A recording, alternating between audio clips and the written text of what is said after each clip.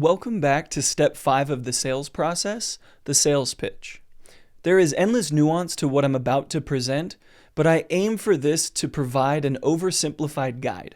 It's important to have a firm understanding of the information gathered during the discovery. I always gathered this information with the intent to put the customer in one of two categories. Category 1, a customer that had money and understood money. And category 2, a customer that had credit but didn't understand money or maybe wasn't perfect with their personal finance. This may sound cold or condescending, but it's important to say I was not judging them. The best salespeople don't judge. They disregard preconceived notions when meeting someone for the first time. Rather, I did this to make sure that the language of my sales pitch would be most effectively received by the customer. Most people, generally, lack a big picture understanding of personal finance and are focused on monthly payments. However, those that are not hate to talk about monthly payments. They almost seem offended by it, which is a good indicator that you have an ego to work with. To use a more simple language for those who lack personal finance skill will help ensure that they are informed to make a decision, they clearly understand what you're proposing, and that you're not harming or causing any distress. Ultimately, I don't believe sales is about the sale. It's about the relationship.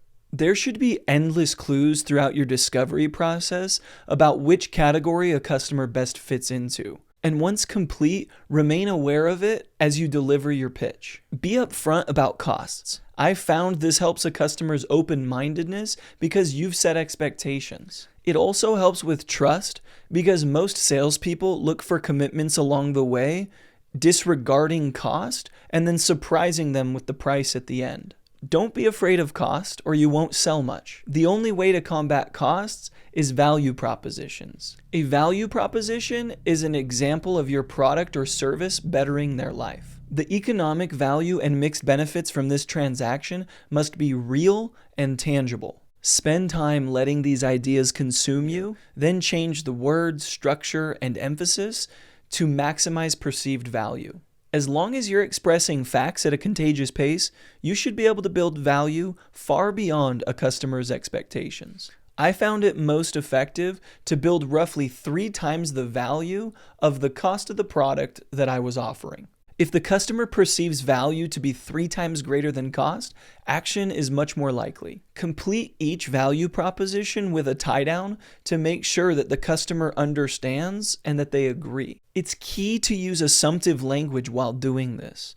Also, your passion should seep through, but not obnoxiously so. You should be explaining value propositions that are in line with their dominant buying motive and the personal information they shared with you during the warm-up and discovery. Don't waste time by over-explaining or explaining topics that don't serve their interests or needs. If you've effectively listened, then as you build value, you shouldn't face objections.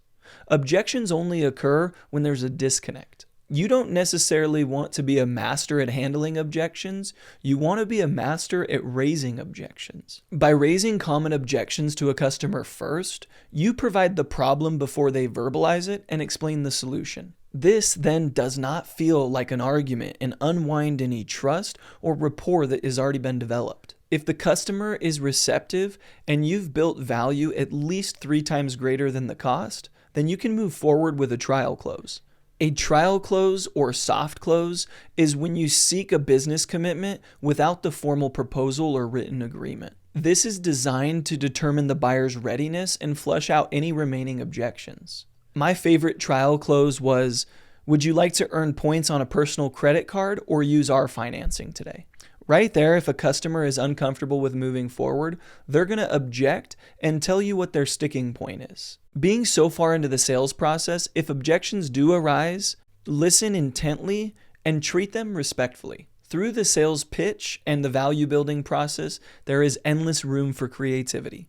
Be sure to make it uniquely yours and fit your personality type, but keep these tips in mind. Use the financial language that resonates best and speak to the dominant buying motive and the needs of the customer. Use tie-downs following each value proposition, and once value far exceeds costs, utilize a trial close. Enjoy developing your sales pitch, and thank you for watching Step 5. Don't forget to subscribe, and I'll see you in Step 6.